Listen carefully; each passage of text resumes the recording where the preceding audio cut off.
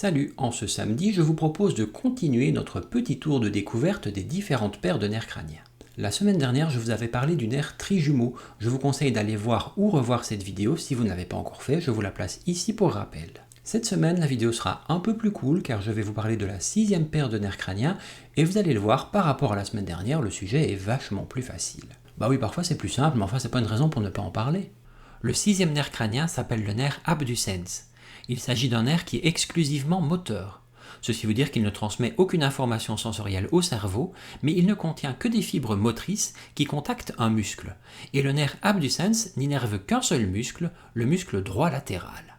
Ceux qui ne sont pas des habitués de la chaîne vont se dire « mais c'est quoi le muscle droit latéral ?» Et j'ai une réponse à vous proposer parce que les fans que vous êtes ont déjà la réponse.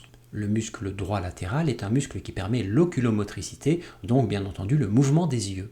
Les muscles oculomoteurs, je vous en ai parlé dans la capsule quotidienne numéro 83 du 23 mars. Allez la revoir, je vous la place ici dans le coin de l'écran. Le muscle droit latéral permet l'abduction de l'œil. L'abduction de l'œil, ça veut dire la rotation du globe oculaire vers l'extérieur. Donc pour regarder vers la droite, par exemple, sans faire une rotation de la tête, vous devez contracter le droit latéral pour l'œil droit via le nerf abducens et le droit médial pour l'œil gauche. Bah oui, c'est logique parce que vous voulez regarder vers la droite. L'œil droit va vers l'extérieur, mais l'œil gauche, il se déplace vers l'intérieur bien sûr. Et pour l'intérieur, c'est le muscle droit médial qui est innervé par la 4e paire de nerfs crâniens. Je vous renvoie à la capsule quotidienne numéro 146 du 25 mai dernier pour avoir plus d'infos à ce sujet.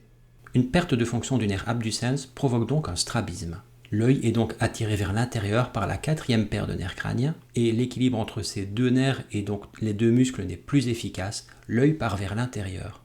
Cette perte de fonction elle peut arriver par exemple suite à un choc sur la tête, car la 6e paire de nerfs crâniens est de loin la plus fragile des 12. Voilà, vous savez déjà tout ce qu'il faut savoir sur le nerf abducens. Je vous avais dit que ce serait plus facile aujourd'hui, non?